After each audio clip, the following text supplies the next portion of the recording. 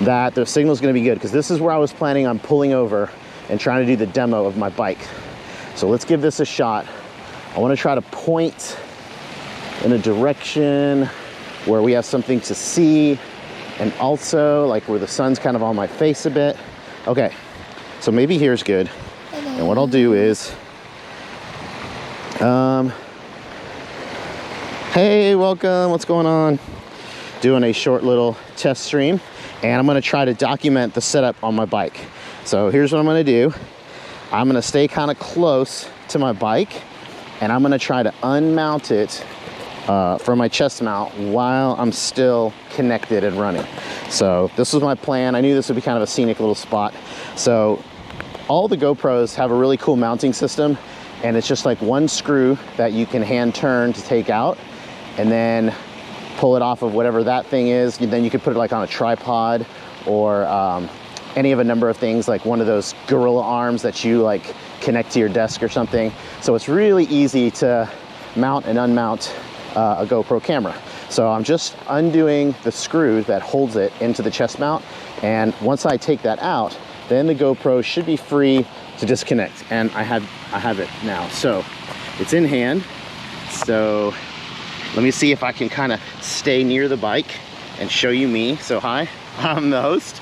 And I really wanted to show a little bit of my bike setup, because it took me a while to get it how I like it. So I think I've got it kind of set up in a way where I can show it. And by the way, here's the little screw that goes onto the chest mount. So as you can see, I'm wearing this chest mount. It's pretty convenient. It kind of like has straps that go around and also over the shoulders to give you nice stability. And then once you're ready, you know, you basically, it slides right into these two little slots, and then the screw goes. In fact, I should probably put the screw in a little bit to leave it so that I don't lose it while I'm showing the bike. Okay, so there's just a few turns. So you can see how that works. So normally the GoPro would be right here. Okay, so now the bike.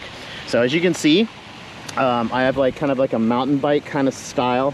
And sorry if the cable gets a little bit in the way. I'll try to like move it as much as I can.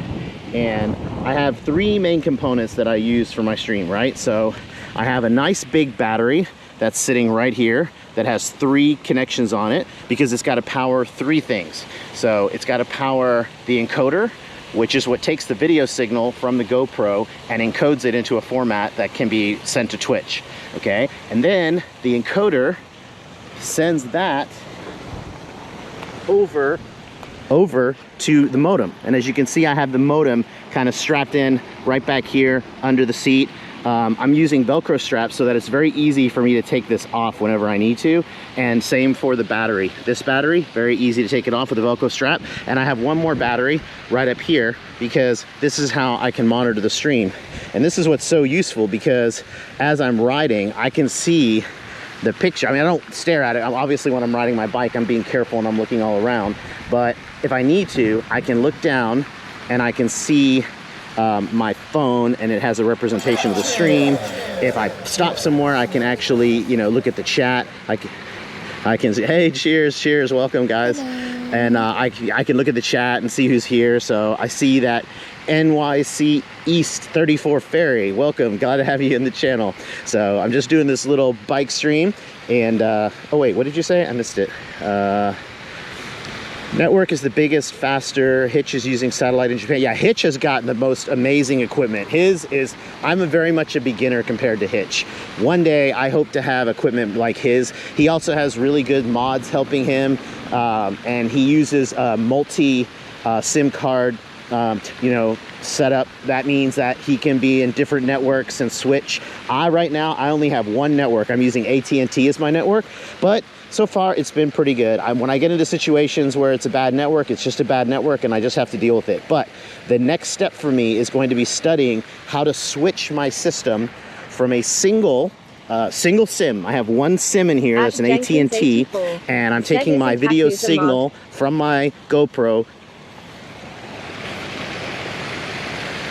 Yes, Hackus is a mod, but Some mods are like more active, like in Hitch's stream. They're literally like on the stream the whole time, helping him manage the stream and everything.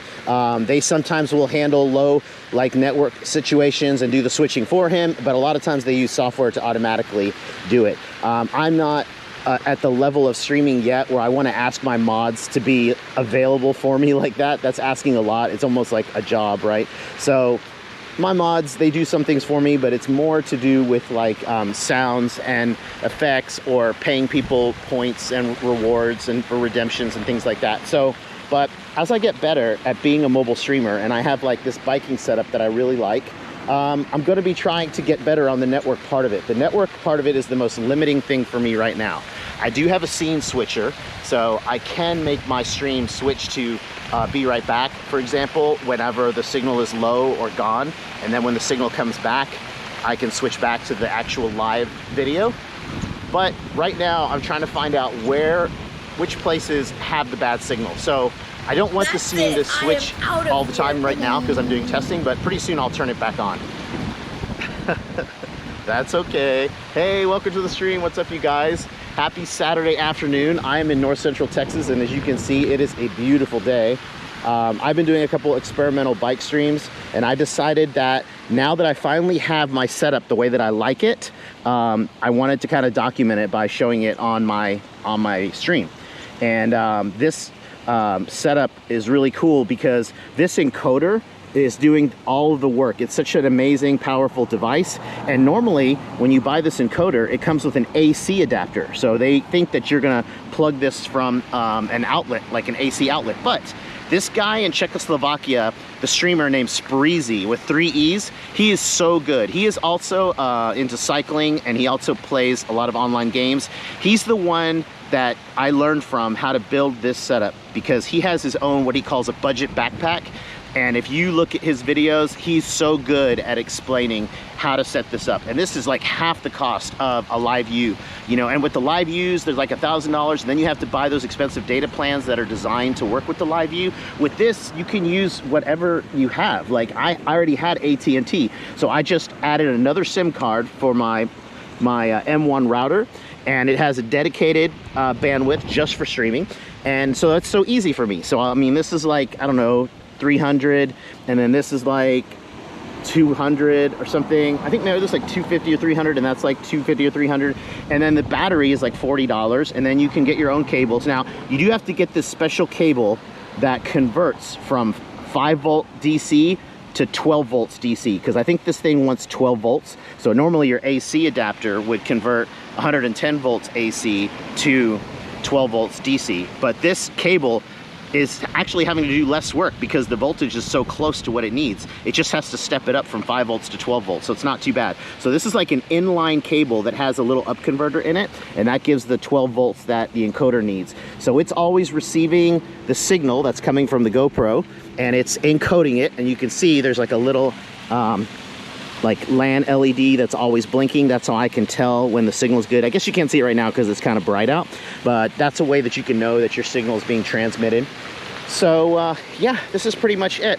My plan for today is I'm gonna do maybe like a 30 or 40 minute bike ride to a place like the patio bar, maybe have like a little salad or something. So the roads that I'm gonna take on this particular bike path, they're all around like busy areas like neighborhoods and buildings and stuff. So I'm expecting the reception to be better.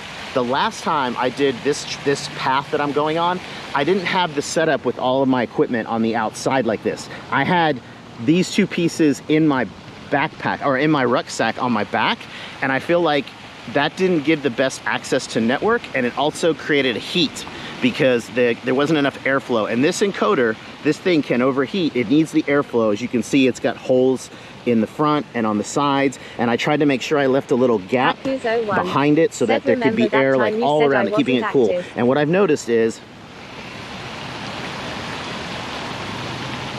well, I mean, there was a time where you weren't coming into streams very often, and then there were times when you would come in for a little while and leave, and all that's fine. I mean, being active, there's so many different ways to be active. Basically, when you have time, if you pop in, that's it. That's all I need. I don't need super active mods, honestly. I just, every once in a while, if I'm stuck, I might ask for some help. And if, as long as I have at least one mod in the channel, that's awesome. And that's why I have like 8 mods, because on different days, different people have plans, people have lives. I don't expect people to like schedule, you know, my streams into their schedule. That's not really right. So if I become, you know, bigger and more popular, more viewers, then maybe at that point I would ask for more, but then maybe I could even give some kind of compensation or something. Because right now, I don't give my mods anything except big thank yous and pats on the back, and I give them lots of points, you know, hearts or whatever in the stream as thank yous for when they do, like, you know, subs or resubs or gift subs and things like that. So yeah, I mean, it's a two-way street. Being active just means popping in every once in a while and just, you know, typing a few things in chat. That's enough, you know, just to let me know that you're aware. Sometimes when I go live, it's cool, the notification system that Twitch has to let people know, hey, you know, your friends just went live. You don't have to hop on right then, but if you know that he's probably gonna stream for 2 or 3 hours, you can think, maybe in a little while I'll hop in and just say hello or whatever. So the fact that like so many of you already popped on and said hey, and I can hear the little nurse popping on and welcoming everyone, that's awesome. That's all I really want. So don't worry about how much you're active or not active, hackers. It's all good. You know, we give each other a hard time sometimes and bust your chops a little bit, but it's all in good fun. It's really not anything more that's needed from what you're already doing, so it's all good. All right, guys, so that we don't lose the light, I'm gonna try to remount this GoPro back to my chest mount, and I think you guys saw it. I did kind of show it to you, but basically it's strap on the side, strap over the shoulder, fits really snug. It kind of, now the one thing about this mount that I'm not super happy about is that in its default position when it's connected, it's like just a little bit higher than horizontal. But the thing is, when you're on a bike, you tend to like lean forward a little bit, so it ends up making the camera a little bit pointed down. So what I do is I stuff an extra little thing under the little plate that rests on my chest, and that forces the bottom of it to kind of stick up a little bit more. So when I first get on the bike, it looks like I'm kind of pointing you guys at the sky, but then once we start riding and I'm leaning forward, it ends up coming forward and it ends up being pretty level. So I did quite a few tests on this to try to get it right. I hope it ends up being, you know, a fairly good view for you. You're pretty much going to be seeing what I'm seeing. I won't be able to turn the camera on myself when I'm riding, obviously, because for safety, the camera's got to stay mounted and I've got to, you know, have both hands free at all times.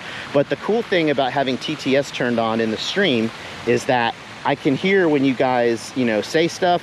By your chat gets translated into you know, speech that I can hear, and then I can simply reply to you by talking into the GoPro. So it's a really nice hands-free way to have a stream where you can still interact with people, but I can have all my attention and my hands and everything free for managing, you know, the roads and stuff like that. All right, so let's go ahead and get mounted up. I'm gonna kind of stay close to the bike because as I mentioned, my cable length, it's not super long.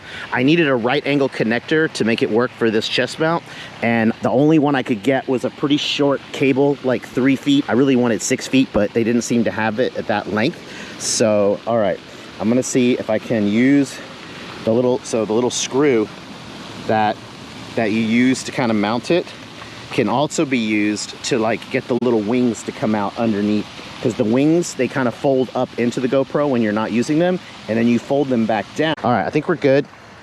Let's go ahead and keep going on our bike ride. I think the plan for today is probably about 4 or 5 miles, grab a little bite and then head back. So, all right. I can't take that call right now. Let's see.